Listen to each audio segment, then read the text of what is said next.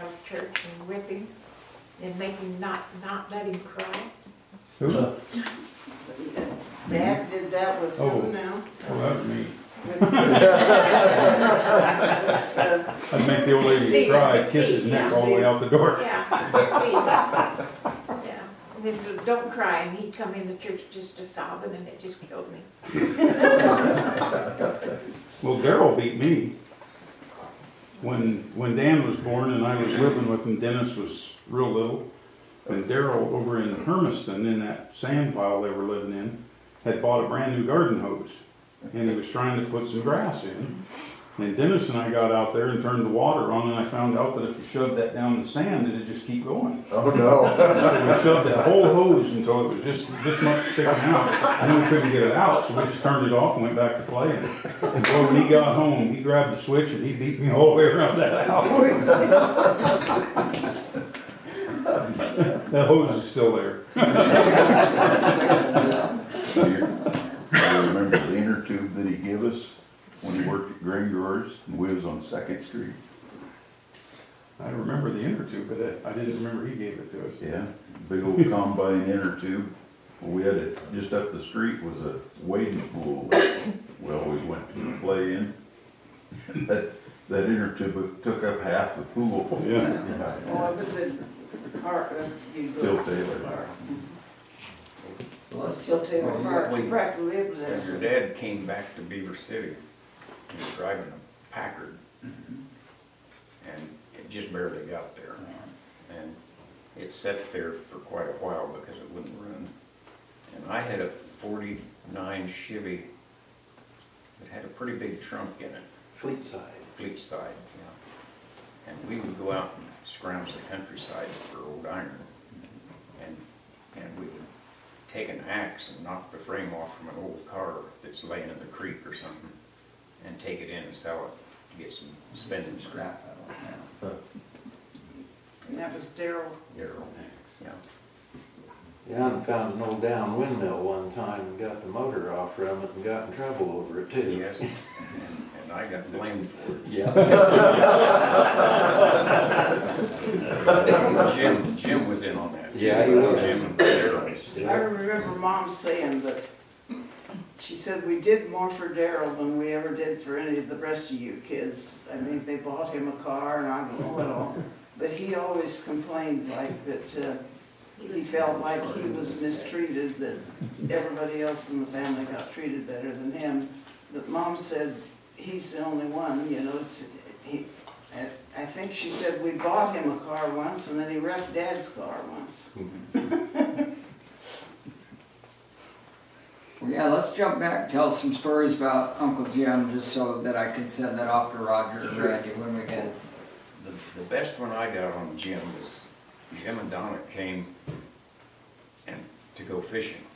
And we went out on Sappy Creek, north of Eugene Clayson's house.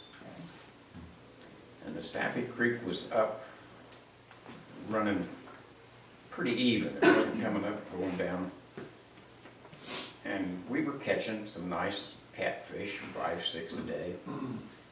And Eugene Clayson came down and he asked me, he said, are the fish going upstream or down? And I said, well, I think they're still going upstream. And the next day, it didn't dawn on me. The next day he come over and he said, well, I think they're going downstream. Well, the next morning, about 4 o'clock, Eugene is hollering at me, and we're in the tent, and we're camped over there. He needed help. He had a fish trap with wings on it, and it was a big trap. And Eugene was a pretty tough guy, and he couldn't get it up out of the creek where he could get the fish out. Fish out of so much fish. So I had to take my net over there, a box that I had made with 2 milk crates welded together. And we pulled fish out of there. There was like 300 catfish in it. And they were about that long.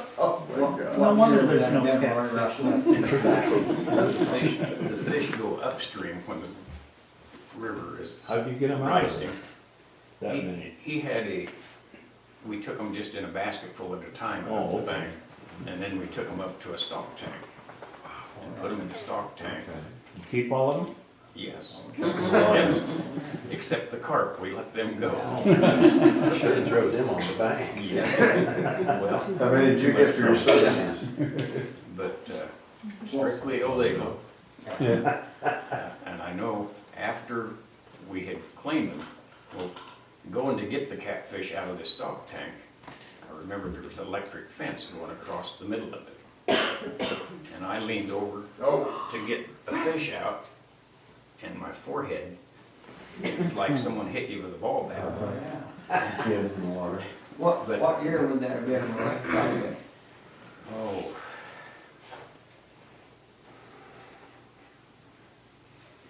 I, In the 50s. no, How old were you think?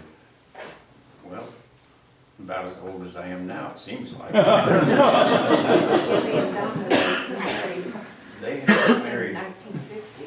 I remember Donna was stewing because Jim wasn't coming up to the camper with him. He had a little camper, and I had a tent. And It had to be. my kids were, Eric anyway was little, and I don't know, This would have been in the 60s then. yeah, probably in the 60s. Yeah, okay, close enough. It was, Yeah. The but I think- earliest I remember Jimmy, we'd go out into the herd cows along the road. And he'd catch these great big grasshoppers and he'd harness them together and tie something on them to make them pull. We'd Horse we'd have to go out Before the internet. to herd the cows along the road. homesteaders. The herding the cows, now that was the cows that you guys owned, and you were just moving them from pasture to pasture? No, or- we just took them along the road to eat because I guess the Right. pasture was grazed over. Right, You right. know, there's Do more, you see any of them anymore? more out along the road. Now, where were we living then? Grandma At Vinings. Carmel Vinings, well, you weren't very big, were you? No, Well, one of the I stories started school down I there. remember, I remember about Jim, he had a friend by the name of Dennis Farron. Okay. Mhm. And he worked out at Farron's, and they were big people. And when they put up hay, they had iron handled or pitchforks with gas pipe handles in them. And they'd bale that hay, and then they'd ride on the side of the pitchfork, or on the side of the trailer with their pitchfork, stab a bale of hay and throw it over their shoulder. Wow. And when they went in to eat How dinner, big were they? they were big men. Yeah. And Jim was tough. He wasn't all that big, but he was stout. I mean, he was built like a little bear. And when they'd go in to eat dinner, everyone had a chicken. They ate big, and they were big men. But Jim and Denny liked to drink a little beer and go to the dances. And I remember them telling about they'd been to Oxford to a dance, and it come up a terrible thunderstorm, and they were just putting REA lines in on that Highway 89 that goes into Beaver City, and the power poles got floating in the highway.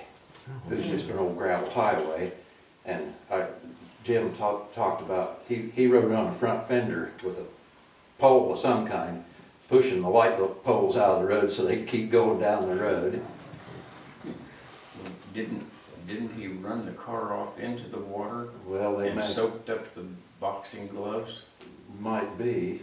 That's the reason they're so hard. Yeah, that's why they were so hard. Oh. He used to box with the young men that were, I don't know, 350, 400 pounds. Huh. And he said when they tapped you, it was like a mule kick. Yeah. Hardy people back then, I mean, the hard life. And the one fellow that he worked with, they was fixing fence, and he went to drive a staple, and it come out of the post and hit him in the eye and put his eye out. And little Lawrence was one-eyed after that. Wow. And Dennis lived down at Rep City Yep. for a long time. They told me that there wasn't 10 guys that could whip the two of them. They were pretty salty. Yeah, yeah.